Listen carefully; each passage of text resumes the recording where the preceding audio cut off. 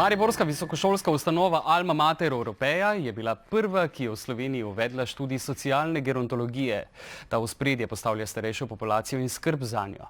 V posebnem 3-mesečnem projektu, ki ga financira Evropska unija, sodeluje tudi študentka Nina. Obiskuje namreč starejšega gospoda s prvimi znaki demence. Bi radi videli, kako socialna gerontologija izgleda v praksi, potem vas vabim z mano na obisk k gospodu Srečkotu.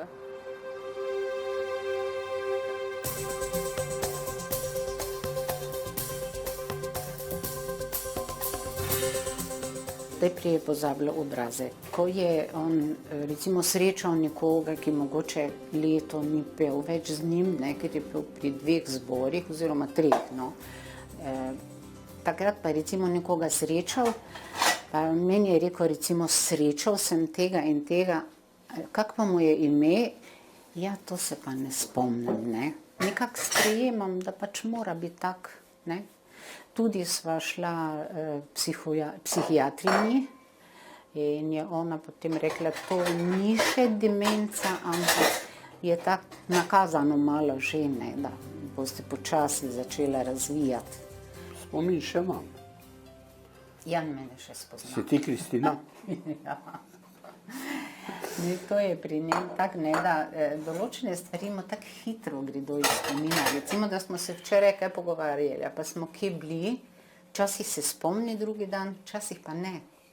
Reče, ja pa kje smo pa bili, pa kdaj smo bili, pa s kom smo bili, tako da potem, ko mu povem, takrat počasi mu nekako pride nekaj nazaj.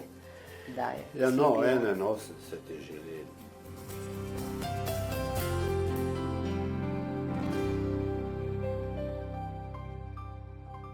Seže svita voden, naj mi čevlje nagrem. Pa tak dalje. Dobro jutro. Dobro jutro. Kak smo? V redu. Super. Ste se lepo naspal? Seveda. Super, to je glavno. Kaj izvolite naprej? Evo. Ja, hvala, ja, gentleman, seveda.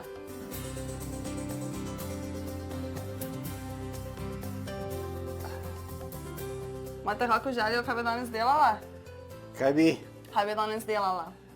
Ja, želje nimam, kaj, ampak kaj bi? Ne vem.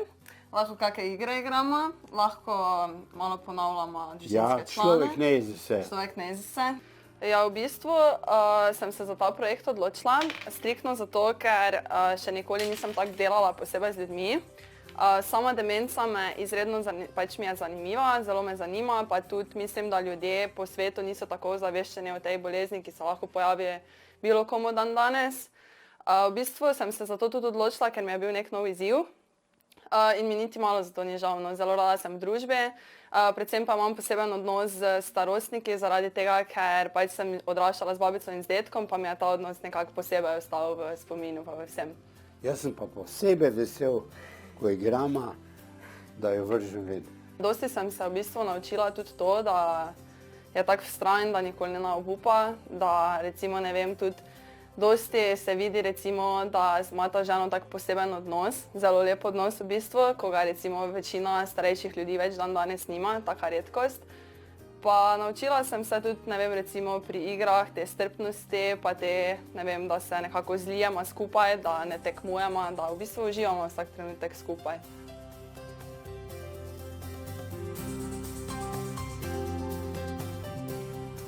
Bilo katerega mladega boš vprašal, on tega ne razume, vedno vsi rečejo, ne vem, da so tečni, da ne vem, so slabi vozniki, da ne vem, zaradi osamljenosti hodijo pač pretirano k zdravnikom pa podobno. Ampak v bistvu sploh ne razumejo te situacije, da se bo tudi on enkrat znašel v tem, da v bistvu recimo nikoli ne moreš predvideti življenja, da v bistvu, ne vem, se lahko tudi ti znajdeš kot starostnik sam, pa boš šele takrat videl, da si takrat ti delal kot mlad krivico nekomu, ne razumejo pač tega obdobja. Srečko, si še želiš, da prijem še kdaj na obisk?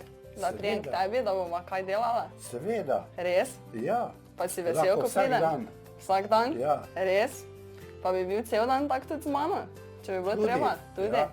Ti ni naporno? Ker sem zdaj v penziji že, pa imam čas. To pa je res. Pa ti ni naporno, ko pridem? Ne. Ne, super, da je glavno. Samo po noči ne spim, Zakaj ne? ker ni tebe tu.